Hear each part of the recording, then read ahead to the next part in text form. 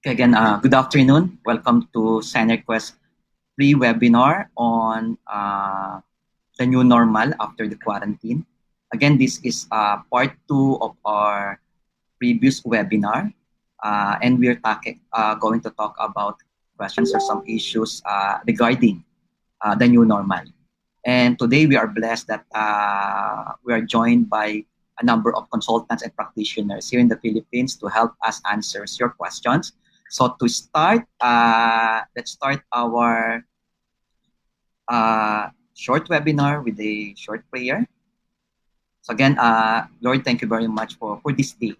Of course, we all pray for na matapos na kagad itong pandemic na to. But for this particular time, we pray for the wisdom and knowledge of other source persons as we discuss issues and concerns regarding how we can protect and control COVID and as we return to work when the quarantine will be lifted. Of course, we pray that for the soonest. All this pray in the mighty name of Jesus.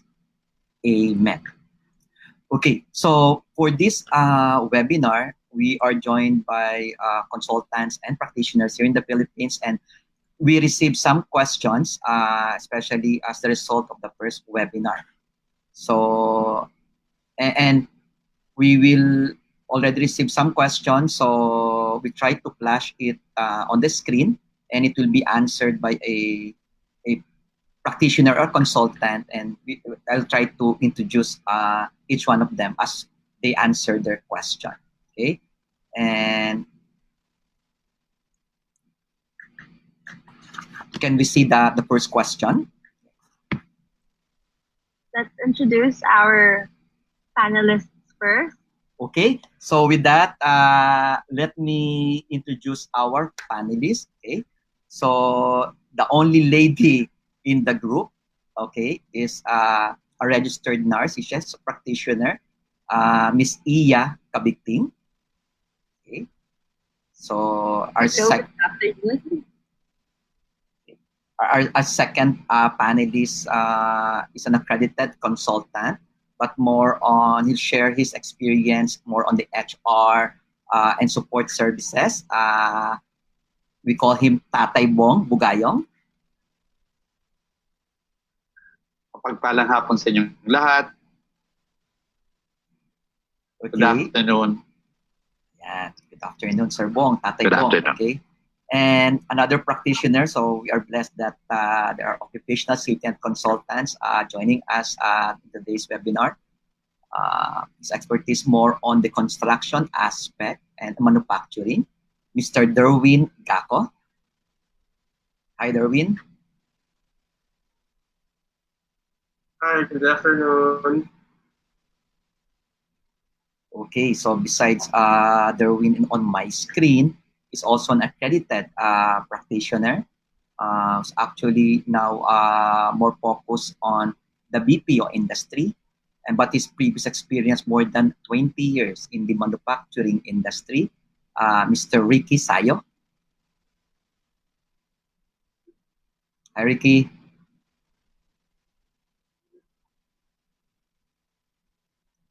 That's Ricky. Hi po sa lahat. Magandang hapon.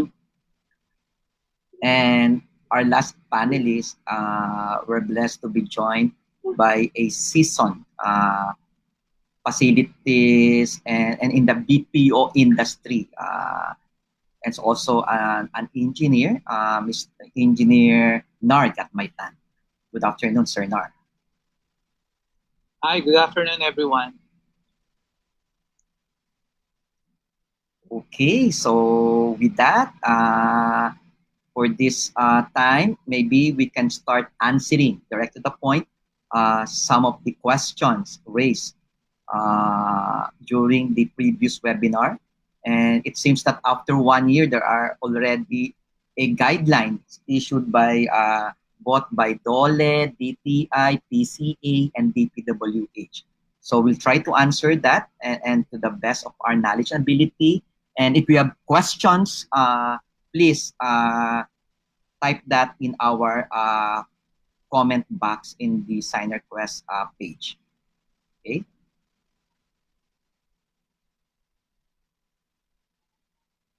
Okay, so this is the first question, Okay, what are the employer's responsibilities if their employees get infected with the COVID-19 virus?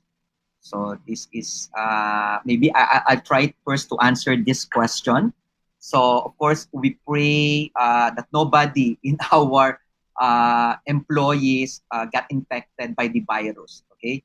But the correct answer for this particular questions, of course, the number one responsibility of an employer is, of course, to protect the safety and health of all the employees. Okay? So that's the reason why the government mandates us, employers, to come out first with the management plan.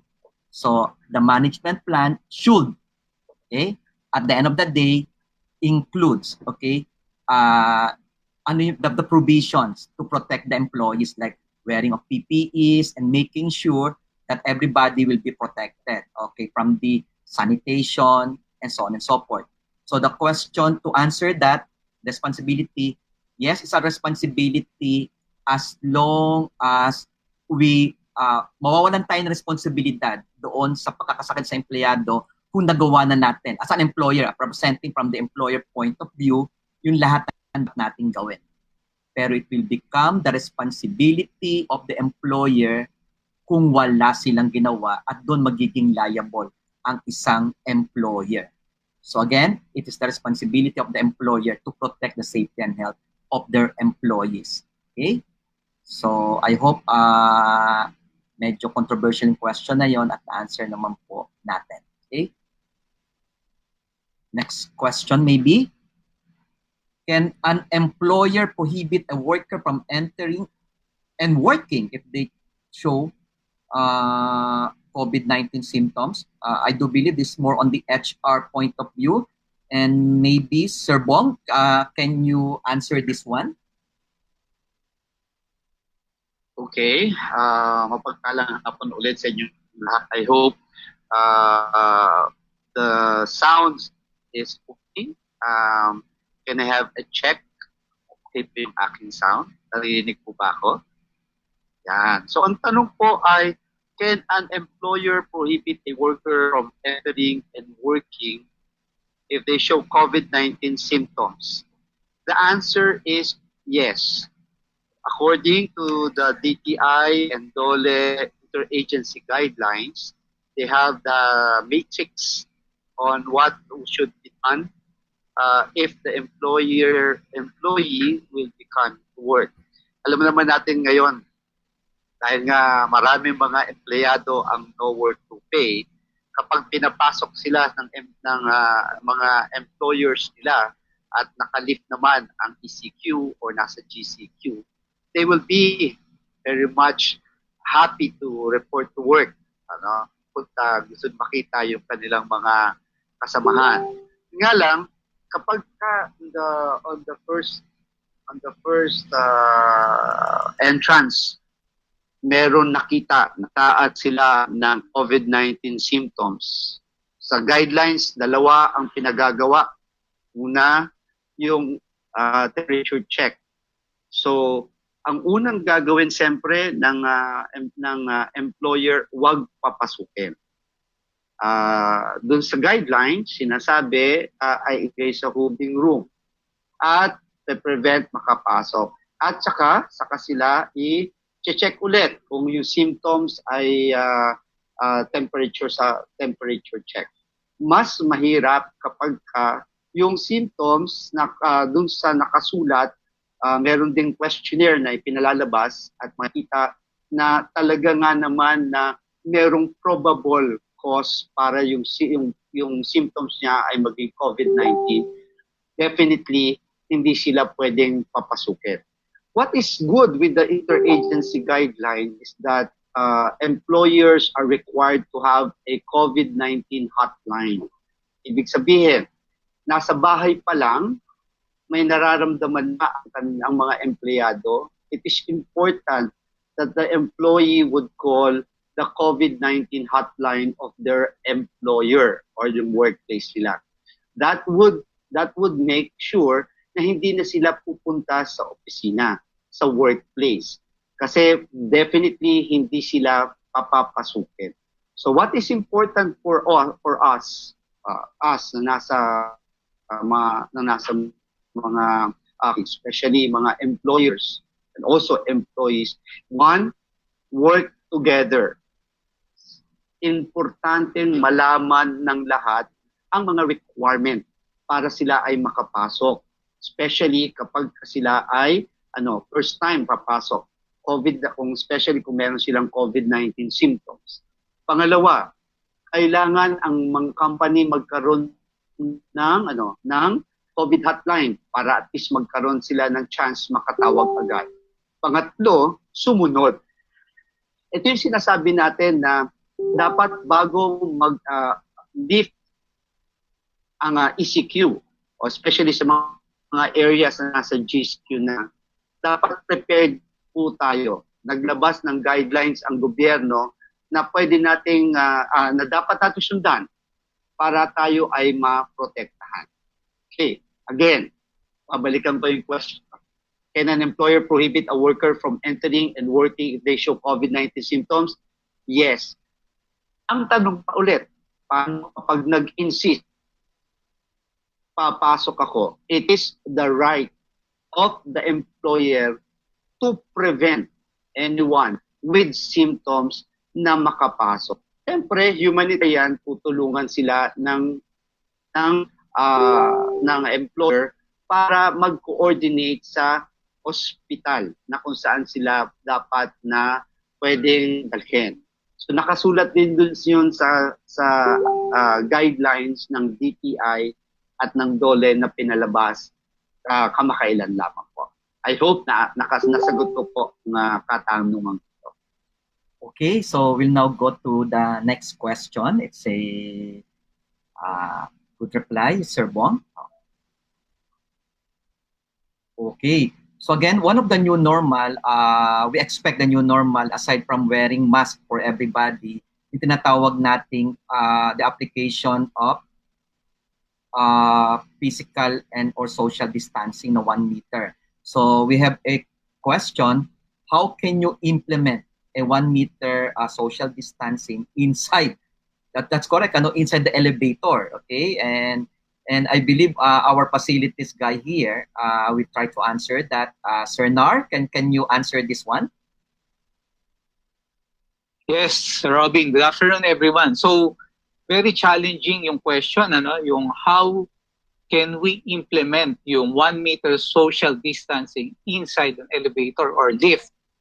So unang-una, yung sinabi nga ni Sir Bong kanina, may ni-release. There's a new DOLE DTI interim guidelines that was released a few days ago. So it's on section C of that guidelines. There's a specific mention about maintaining the 1 meter social distancing inside the elevator. So how are we going to do that? So first, usually the elevator responsibility or ownership falls under the lessor or building administration. So ibig sabihin, sila yung nag-maintain, sila yung nag-ooperate ng elevators within the building. Alright, so so ngayon, so there should be a very close collaboration between your internal facilities team with the building administration on these new normal protocols in using the elevator. So ano-ano yung suggestion, yung dapat natin gawin or new normal protocols for elevator? First, yung typical size ng elevator, usually the maximum passengers around 7 or 8. So ngayon, we should limit that to at least maximum of 3 passengers. So 3 passengers, and yung 3 passengers niya, ang positioning niya should be like somehow like a triangular positioning. So dalawa yung ando sa may backside, isa yung nasa may door, yung access door ng elevator. So on top of that, we recommend that yung facing ng mga passengers should be facing the elevator panel. So they should avoid facing each other. Okay? And then there should there should be a signage also inside the elevator about yung proper sneezing and coughing etiquette that is being, may DOH and WHO guidelines on how to do that. Kasi nga, medyo high risk yung elevator lift. So dapat merong at least signage for awareness ng passengers. And on top of that, we can also collaborate with our building. Yung facilities team nyo can collaborate with your building administration to further optimize yung parameters ng elevator to somehow bilisan yung speed.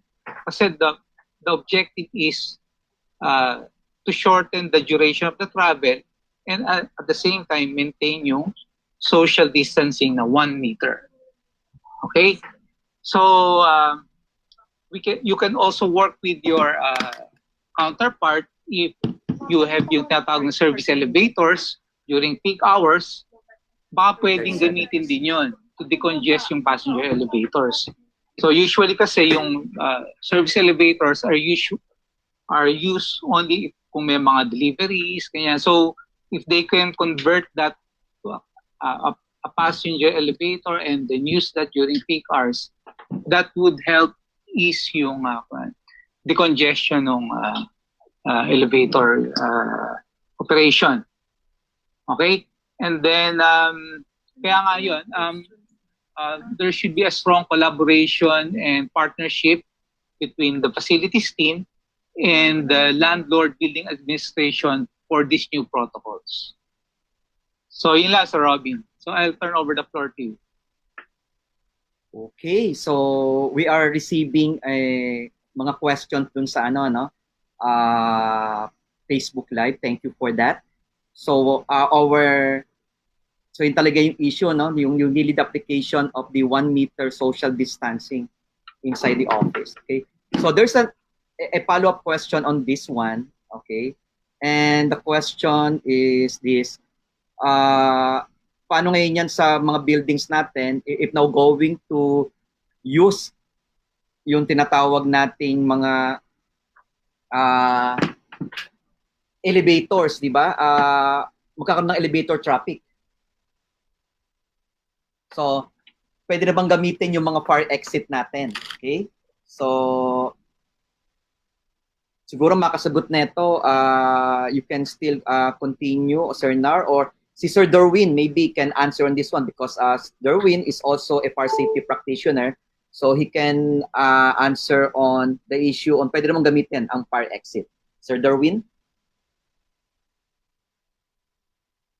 Okay, good afternoon. Okay, unang-una kung titignan natin what's the purpose of the fire exit. Based on the fire code, this will be used only during emergency. That as much as possible, it will not be used in any public use lang, if only during emergency. But because of this pandemic, it so happened that there are some concern wherein it may result in sa traffic between the elevator. Based on the requirements, it can be used, but there is some requirement now na kinakailangan it will be in collaboration, just like what Mr. Nar said, collaboration with the building admin and also with the facilities. At the same time, if they were going to use the fire exit, based on the guideline issued by the government, ang gagamitin na ascending and descending must be separate. Like for example, the building has a 2-stair. That is very common as a design, as per requirement naman sa fire code, that there is always a 2 fire exit. The one stair will be used for descending and the other one is for ascending. Hindi pwedeng they both used for upper and going down. It should be separate. And at the same time, it will be used also depending on the number of floor, wherein it will go to transfer the personnel. For instance, medyo mahihirapan if you're coming from the ground floor, then you will go to the 30th floor. What will happen? Medyo mahirap yata yun. Unlike yung pagpababa siya, pwede pa. Pero if there's only about 2, 3, or 4 floor lang, as part pa rin ng exercise for the person, it can be used. So that is the basic guidelines na pwede gawin. Okay, thank you, Sir Derwin. Ayan. So let's now go to the next question. Okay. So yan, nasagot ng Sir Derwin yan, no? Okay, and here's next questions. O tama-tama pala, Sir Derwin, kung munang aalis dyan. Kasi the question is this. What are the main requirements discussed in the new guidelines coming from Department of Public Works and Highway and the PCA? Sir Derwin?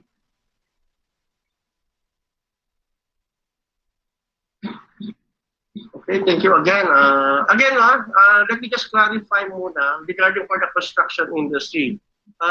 Because the guidelines came from DPWH and Philippine Contractors Association is only for the build project of our government. It is not included here some other constructions activity, like for example, doing some fit out in the offices, doing some constructions of the residentials, okay? These are only guidelines depend on those the build project by our government.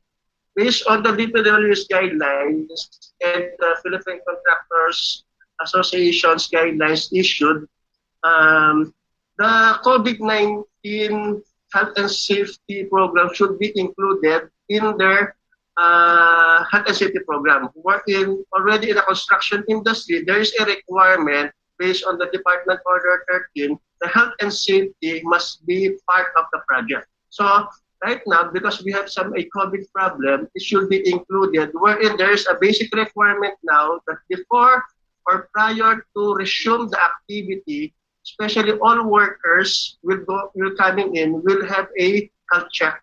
They will have to monitor first if they are fit to work. Actually, it is included there that the minimum age also of a workers will go to be part of the construction. It should be 21 years old to 59 years old lang. And no more than 60 years old, no below 21 years old. And the requirement for the basic PPE, it's clearly stated that it mentioned that long sleeve shirt ang gagamitin for their protections. And aside from that, checking if they are fit to work, there is a regular monitoring with regards to concern in coordination with the contractor and their engineers, their supervisor, and their supervisor. Kailangan nga, every day, there is also a checking and monitoring regarding the status. If there is a sign that a workers has a symptoms of any COVID-19 affected, immediately they will be required to be quarantined. At the same time, regarding doon sa mga requirements sa city, whatever is the protocol of specific municipal or city wherein the project was been situated, kailangan yung contractor magipag-coordinate siya. Kasi there are times na there are some different protocol from different cities. Even though there is already a basic minimum requirement, that's the basic minimum requirement issued by DPWH and PCA. But of course, every municipal, meron sila most stringent requirement, the contractor must follow. Aside from yung program nila for health and safety, and included din, discourage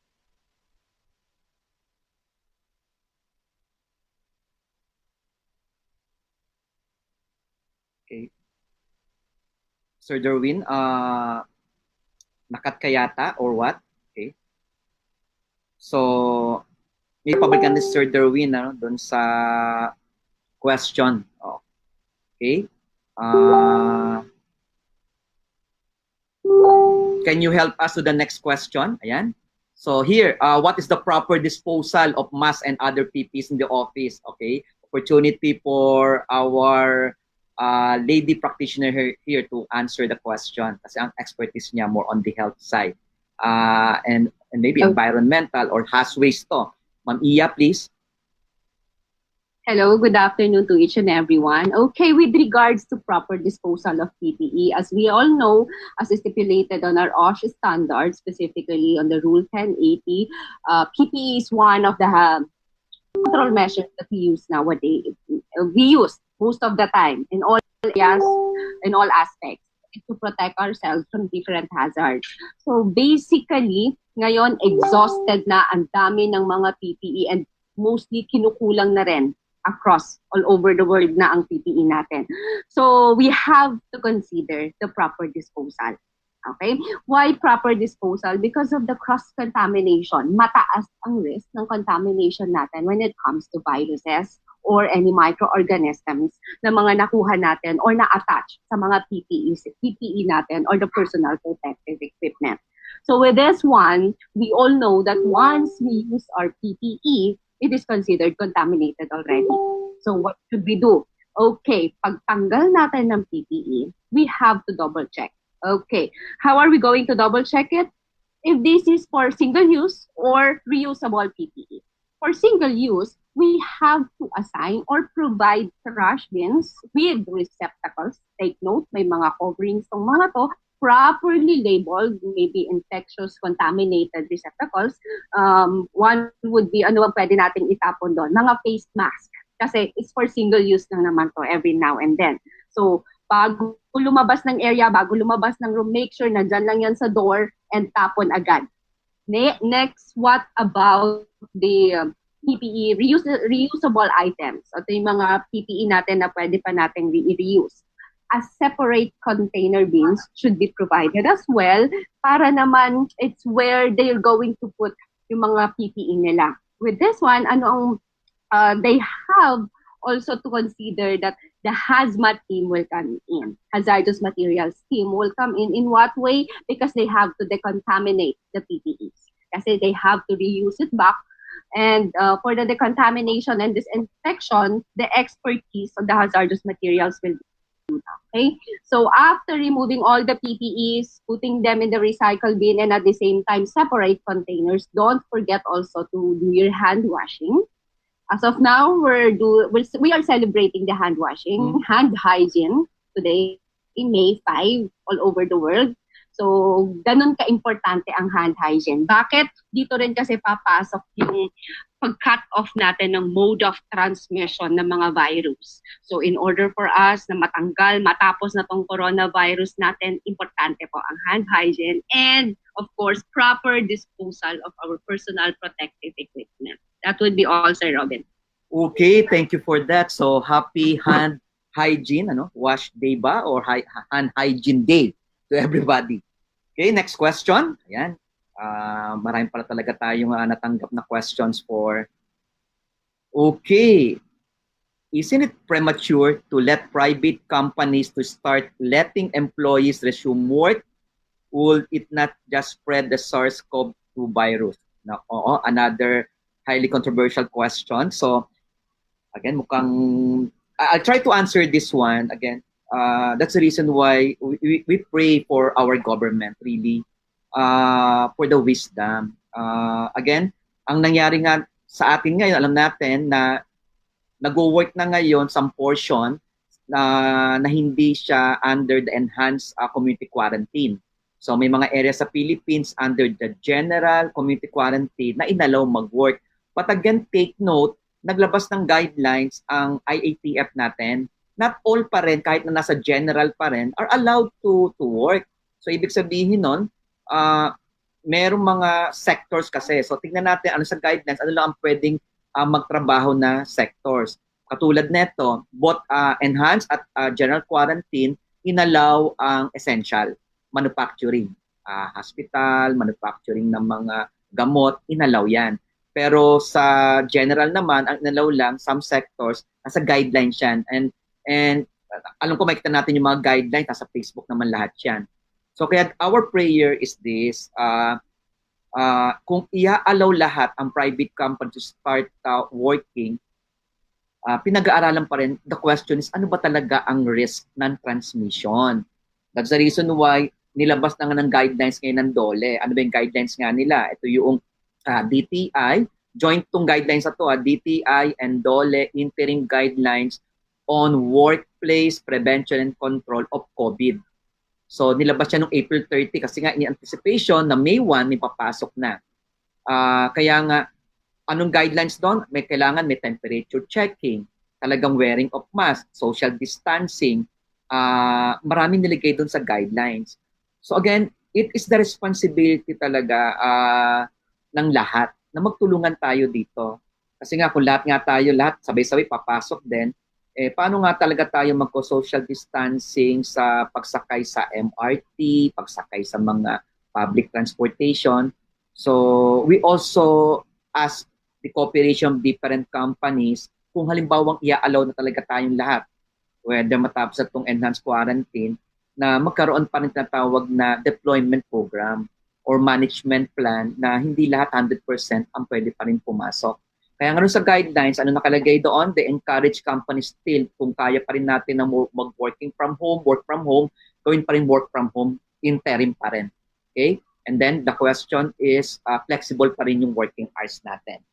So again, we hope that papag-aralan talaga bago i-lift yung quarantine, papasukin lahat, lumabas talaga yung tamang data for the government to really decide kung i-lift na yung quarantine o hindi.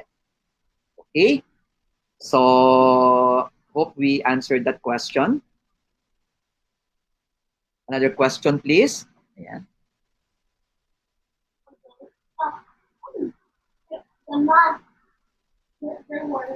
Okay. Is the employer required to provide ergonomic equipment when working from home? And what programs can be put in place to ensure their home workstations safety? Siguro, I will invite dito Sir Ricky Sayo to answer this kasi more on the BPO setup and your experience on facilities and ergonomic and any advice sa mga mag-work from home. Okay, Sir Ricky?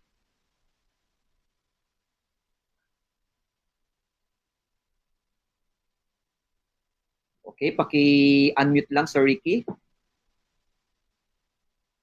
Okay. Okay na po? Yes. Naririnig? Okay. Okay.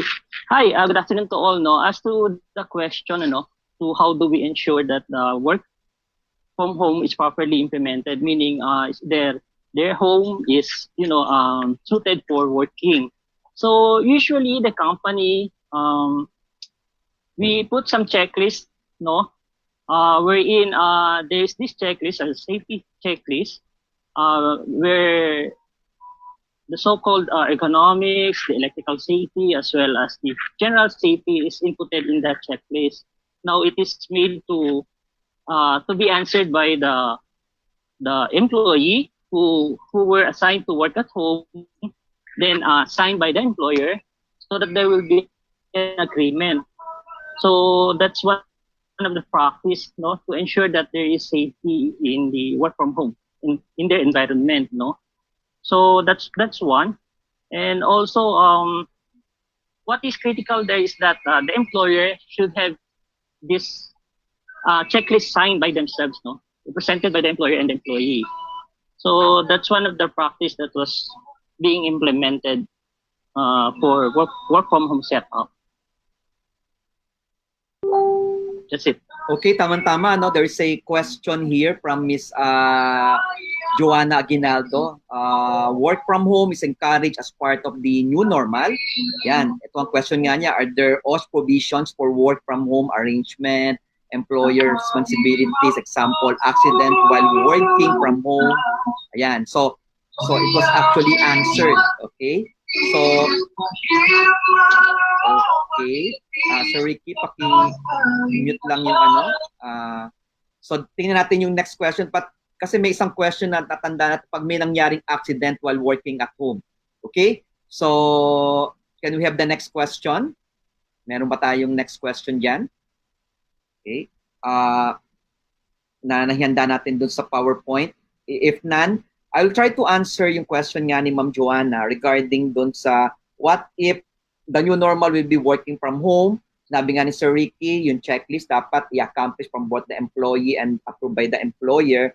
Tandaan natin, ang sistema lang talaga ng work from home, so transferring your parang office setup mo to your home. So ang question niya is dun sa question kanina na kung matandaan ko, is who will shoulder the equipment. So it should be arranged from the employer point of view. Kausapin talaga natin because at the end of the day, pinayagan natin mag-work from home yung mga employees natin, pero magkakaroon na naman ng ergonomic hazards. And at the end of the day, that will be issue against the employer, because as far as we are concerned, you are putting now the work area sa home as part of a workplace scenario. And the workplace is the responsibility of the employer. Okay? So, kung ang question naman dito is what if nagkaroon ng accident while working from home? The answer is, at the end of the day, we need to do a investigation. Okay? Because talagang we need to make sure na yung accident is really due to the work. Kasi ang ayaw talaga natin is, that's the reason why there are issues or challenges working from home.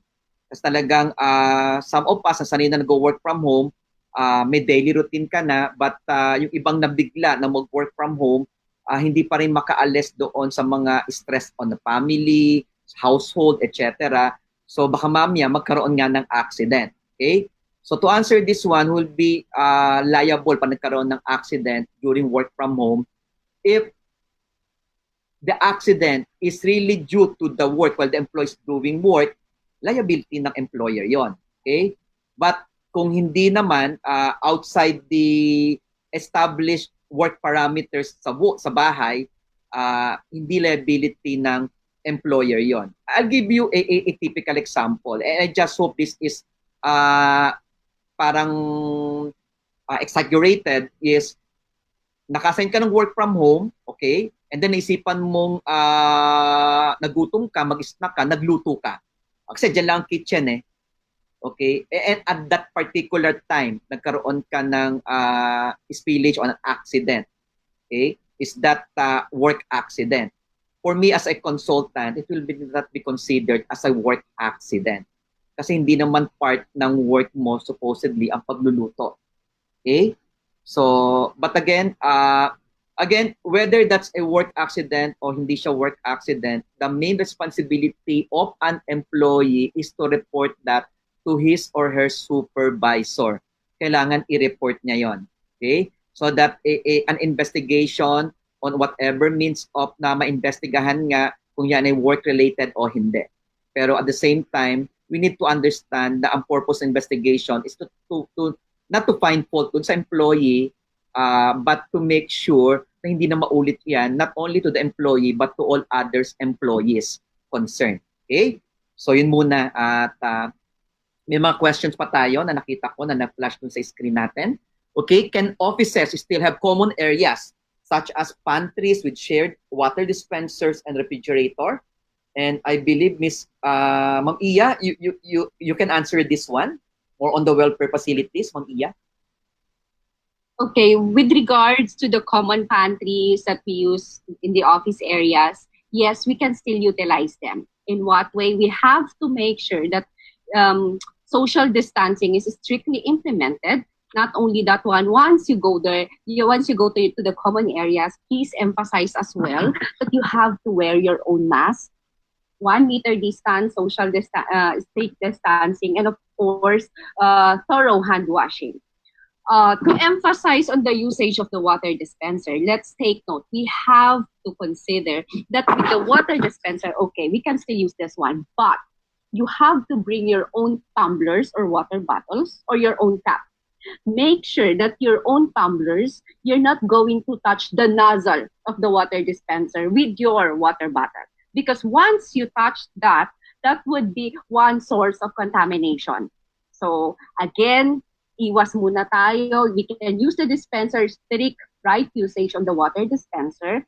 And to consider, there are some areas, I believe, na gumagamit din sila ng mga water fountains. For now, please emphasize also for the water fountains that they're not allowed to drink directly from the water fountains. Instead, still utilize that. Bring your own cup, bring your own tumblers, and still use it. Okay? And of course, for the companies, please double check that you have also your certification coming from the third party, the water for the water potability test para naman maiwasan pa rin yung mga viruses na pwedeng makuha. And at the same time, a thorough infection and disinfection every now and then with regards to the water dispenser use. And to add on, I think with the refrigerator use, as we all know, for the refrigerator, the lower the temperature, the slower the growth of microorganisms are. So we have to consider the right temperature for the refrigerator usage. Plus, if you're going to put food inside, make sure that they are sealed. Put them in a sealed container, airtight, and for the perishable items, consume them right away. Or else, kahit sa loob ng refrigerator yan, magiging source pa rin po yan ng mga microorganisms. Okay? So, that would be all. Okay, thank you. Next question. Sa facilities yata, may nakita tayong questions. Should companies use UV lights to disinfect? Okay. So facilities, maybe Sir Nar or Sir Ricky can answer this one, who can volunteer to answer this particular questions from our viewers. Okay. Hi, Sir Robin. Ako na. Yeah, please, So, Sir Ricky. Should companies use UV lights disinfect? Okay na ba? Okay, Yes. audio? Yeah. Okay. Okay. Yeah, first of all, UV lights, matagal na silang ginagamit for disinfection. Although marami silang gamit, no? Usually, applications are, curing or dyeing of materials, yung leaks and coatings, disinfection and for viruses, hygiene, infection control. So marami talaga siyang gamit. But now, let me just remind everybody else para sa health concern natin, dapat hindi tayo na overexpose sa UV lights because, it causes us this so-called premature aging o yung mga tinatawag na like signs of damages sa skin and yung ating mga UV lights na yan talaga ang nagkakos ng, yung mga leathery skin. So meron talaga siyang hazard. So what I'm trying to tell now is that yung mga UV lights na yan dapat gamitin lang sa mga bagay and not for person, for the individual, para sa tao. Kasi may hazard talaga siya na kakabat. So there are some studies na yung UV light niya nakakamatay daw ng SARS and yung MERS-CoV. Siguro positive yung ibang mga scientists natin that this UV light, especially yung may tinatawag silang 200 to 280 nanometers, nakakapatay daw ng mga virus na yan. So that's it. Yung mga UV light can use also as, pang disinfect or pamatay ng mga bacteria. In other words lang, viruses. Thank you for that, Sir Rick. In other words, pag gumamit ka ng UV lights, dapat walang workers doon. Wala ka rin doon and of course, at the end of the day, check the manual. Yun naman talaga doon and that ando naman talaga yung hazards Okay? So, next question. Yan, are employees required to go through COVID-19 testing? Who will shoulder the cost? Okay? So again, guys, this is actually one of the provisions nung guidelines na nilabas ng DTI that nakalagay naman doon enjoined to come out with. If we're going to read the guidelines, section 3, ang nakalagay talaga dito is employers may test their workers for COVID-19. So hindi naman siya mandatory, may. But for those companies that have the budget to buy testing kits, the main requirement is they need to comply with existing guidelines issued by the Department of Health, the DOH. So just check the guidelines, check your suppliers if it meets the guidelines. Kasi sayang lang din kasi na magte-test tayo ng mga employees natin and the test will not be recognized kung upauulit din. Okay? Ay natin mangyari yon. Okay? But if we have budgets, why not? Okay? There are a lot of companies already looking at that because that's really a recommendation. But of course, for the micro, small, or even medium enterprise, cannot at this time na wala pa talagang medyo murang test kits, cannot afford that for their all employees. Okay? So that's the answer. Of course, kung talagang gagawin yan, it should be shouldered by the employer kung gagawin. Pero sa guidelines kasi, it's not mandatory. May lang ang nakasulat. May. So let me just read some question doon sa Facebook na natin muna ngayon. Again, in-acknowledge natin yung mga nanonood ngayon like si Miss Ann Sapanta. Hindi ko kilala to actually. Okay. So may former office mate. Will there also be an OSH audit to be applied to this new normal? So at the end of the day, pag sinabi natin new normal, yun yung normalization na talagang the regular na bumalik na yung mga tao, nagwo-work na, pero using face mask, social distancing, I do believe mag-audit pa rin ng DOLE, but that will not be the priority. Maraming gagawin pa ang DOLE. Babalikan nila yung review ng camp, babalikan nila yung mga maraming mga issues on OFW.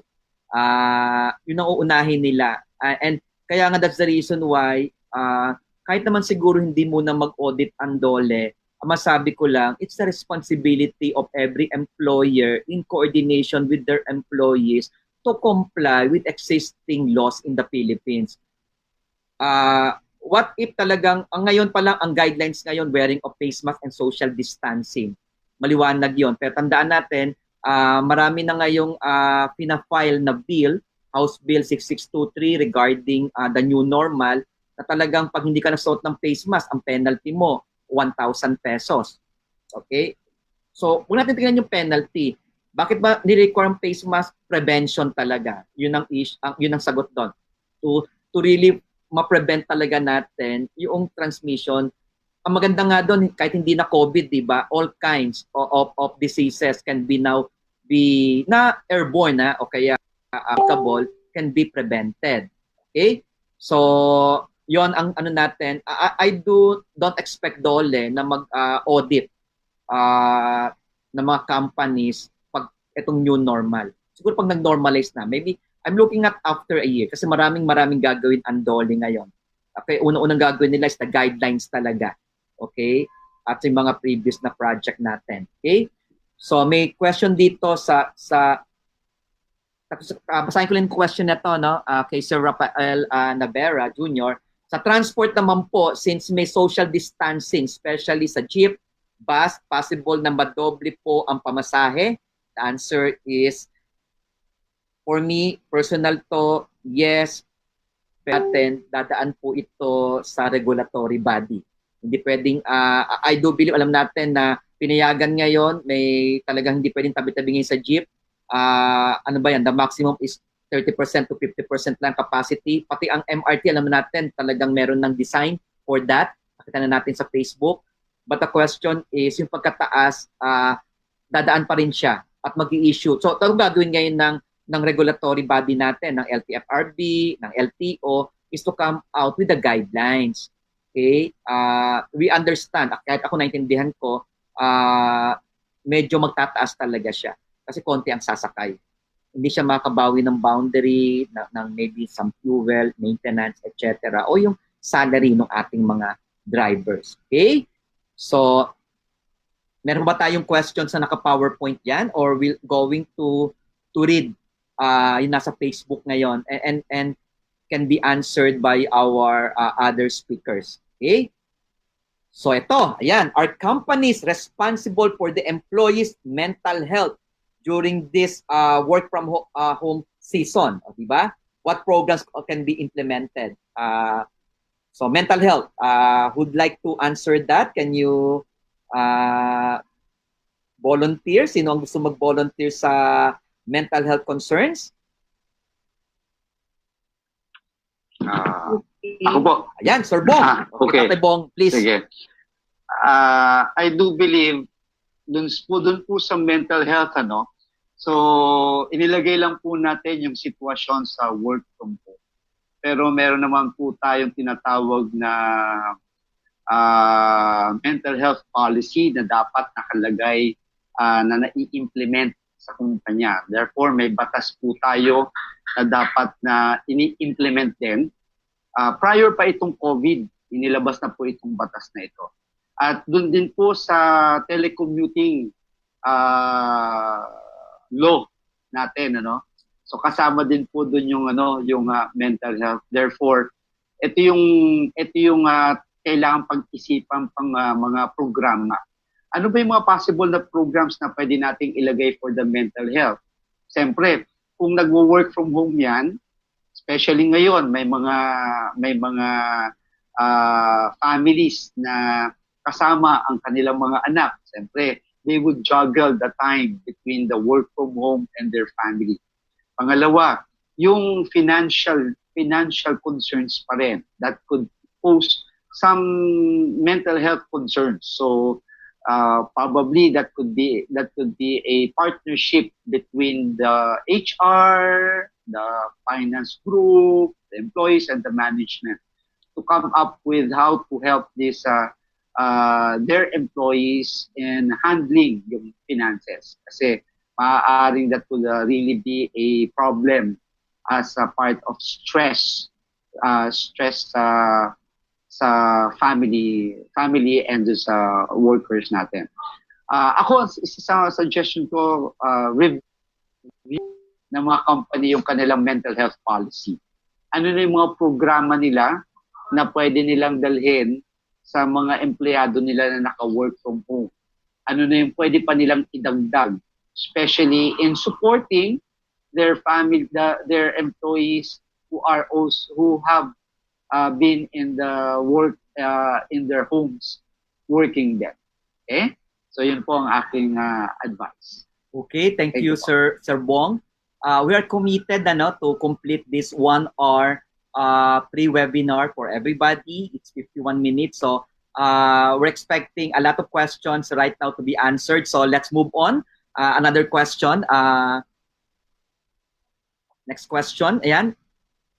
Ako, parang who shall shoulder the employees' PPE, face mask, face shields? That's question. So I can easily answer that it's the responsibility of the employer. It's actually based under the Department Order number 198. All PPEs shall be shouldered by the employer. Nasa OSH standard siya.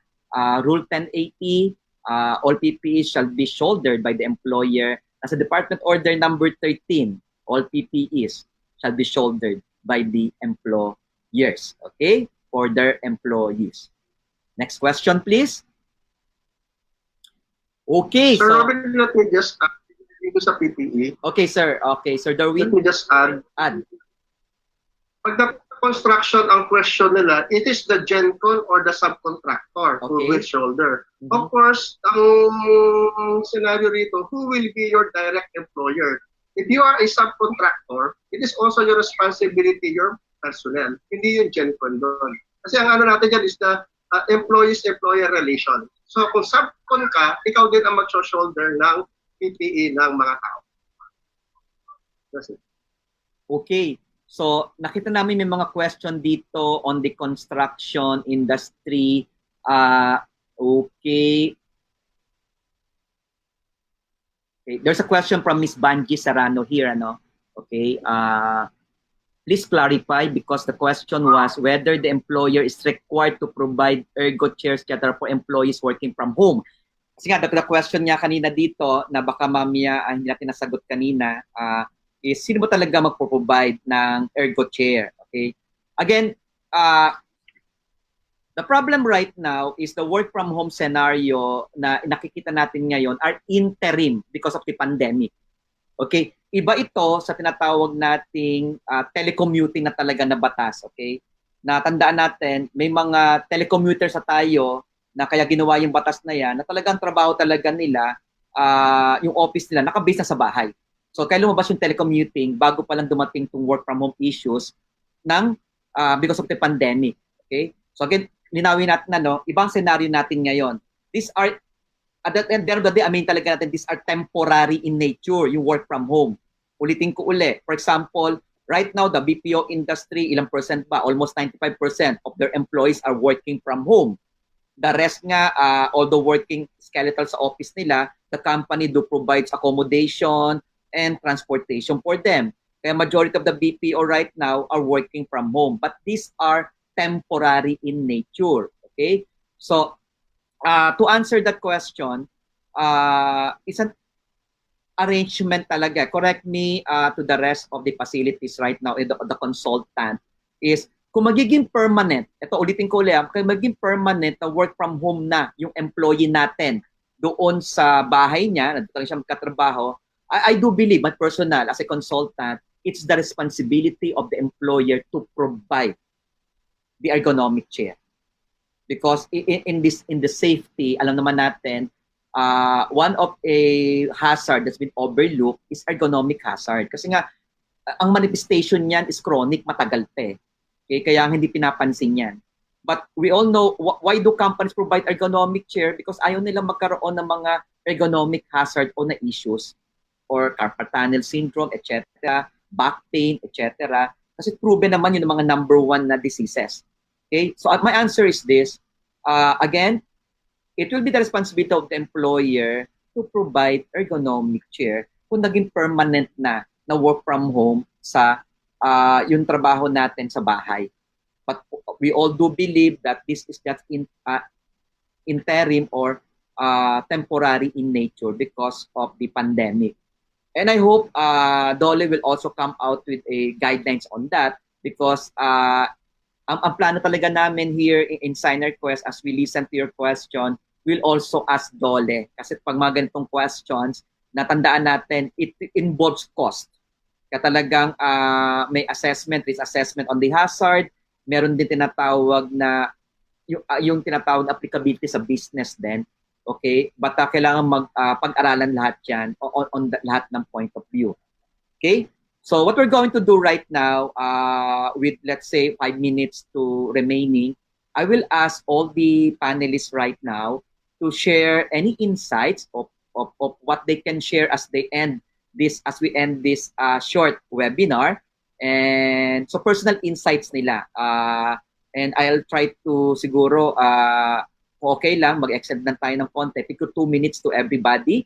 Let's start with Mam Iyah of your thoughts and of course last message to our viewers. Okay.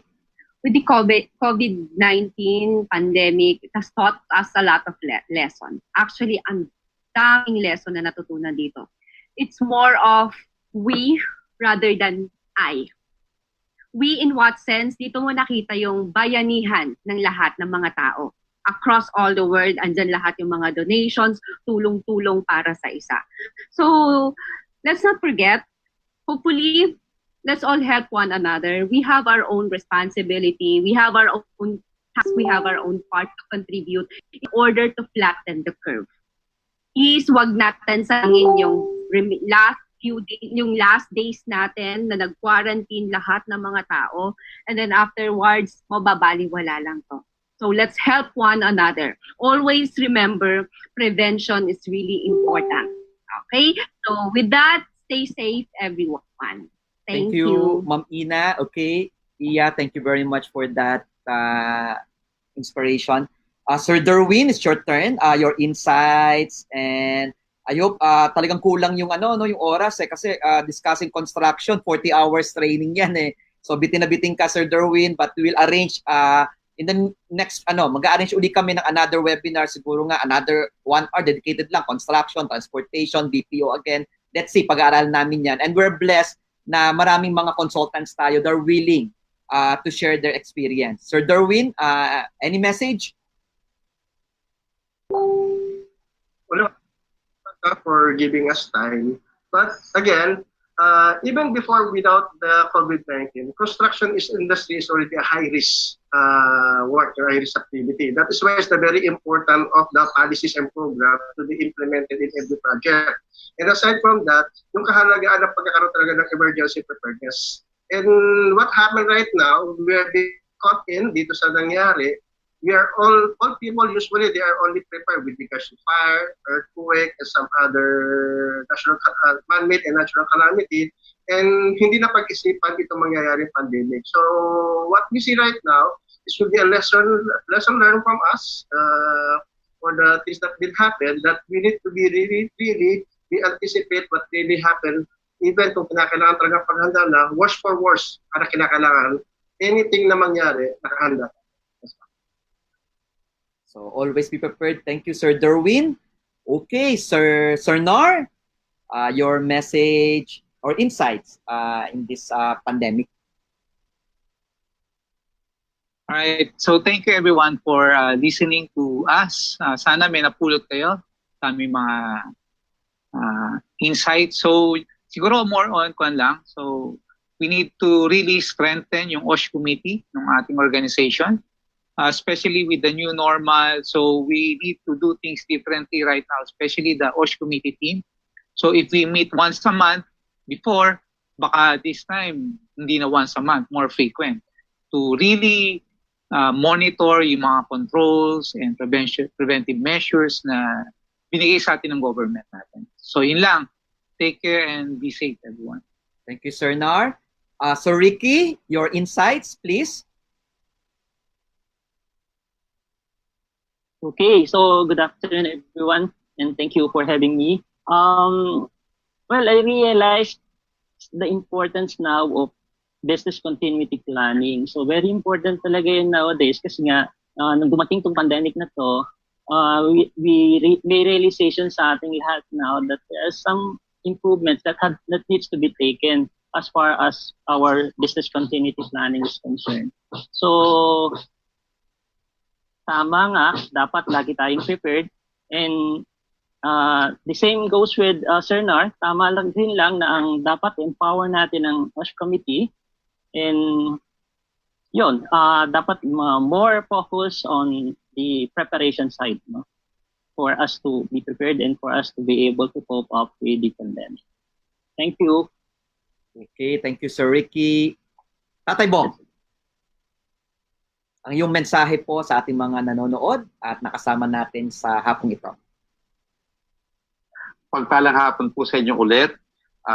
Siguro ang aking maiiwang huling maibabahagi ay magtulungan po tayo, no? Workers, management, government agencies. So importante na yung pagtutulungan po natin. Hindi magagawa lang po ng isa. May responsibilidad ang management, nasa mga guidelines. May responsibilidad ang government. Pero kung hindi susuporta at hindi makikialam at hindi makikibahagi ang mga manggagawa upang ito pong pandemic na to ay malusutan, hindi natin magagawa po ito. So dapat po tulong. Maraming tayo mga guidelines before, maraming mga policies na nasa under our sleeves na. Siguro magandang balikan at tingnan ano pa ang pwede nating pagandahin. Magkaroon ng paradigm shift para sa bagong norma po at ang tante, lahat po tayo ay maging maingat at maging safe sa pag-uwi natin sa ating mga mahal buhay. Maraming salamat po. Thank you, Tatay Bong. Ayan, nilabas po ng ating kasama. Like, of course, we'd like to commend the help of our media specialist, Ms. Kim Rubina, who helped us set up this Facebook live, at the same time helping us PowerPoint, and especially she's the one doing the daily updates natin on COVID. So as of today, coming from the report of Department of Health, additional 199 for the past days ba? Ito yata yung hindi lumampas ng 200. Okay, so we have now 9,684 confirmed cases in the Philippines. Okay, so with that, and how many recoveries? Yan, 1,400. And again, we condoled doon sa 637 deaths because of this particular virus. So with that, let me end our session today with my thoughts and message. And as we start with bayanihan, the preparation for preparedness, let's all remember that our faith to our God is one of the most important thing right now. Okay, so I believe everybody is praying na matapos tong pandemic na to. Let's continue, especially to our government, and gawin nila talaga yung right para sa mga tao, and praying din sa lahat ng mga tao rin o lahat ng kapwa natin Pilipino and all to really follow the regulations. Alam natin kaya nandyan yan is for the safety of everybody. Okay? Then, yeah, as we remember faith is important, we need to remember our family is important. Okay? The reasons why we are working is for our family. And at the same time, we are thankful. Siguro, one positive thing na nangyari because of the quarantine is mas nakasama natin yung ating mga pamilya. Okay? Yun nga lang, baka minsan dumadalas yung pag-aaway kasi nakasama natin. I hope we build positive memories for our family, especially to our parents, kung buhay pa sila, praise God, to our children, to our loved ones, siblings, and spouses. So let's make memories in this quarantine. Okay? And as we understood right now, health is really important.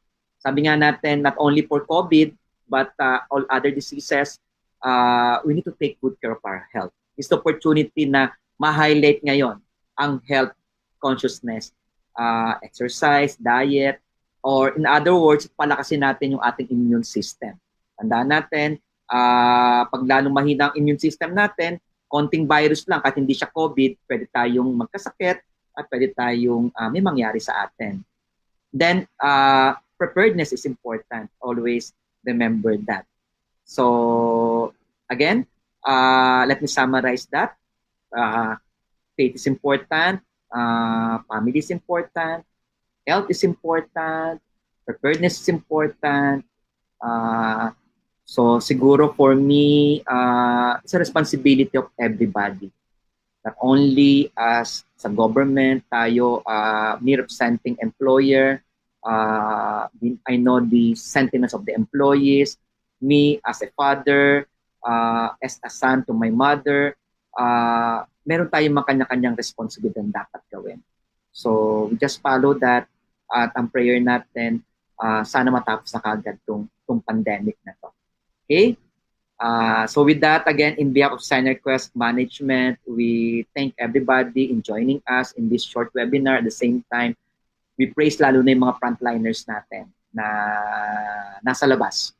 Na kahit may risk, andun sila to survive, para makasurvive tayong lahat. So again, thank you very much and God bless po sa inyong lahat. Thank you.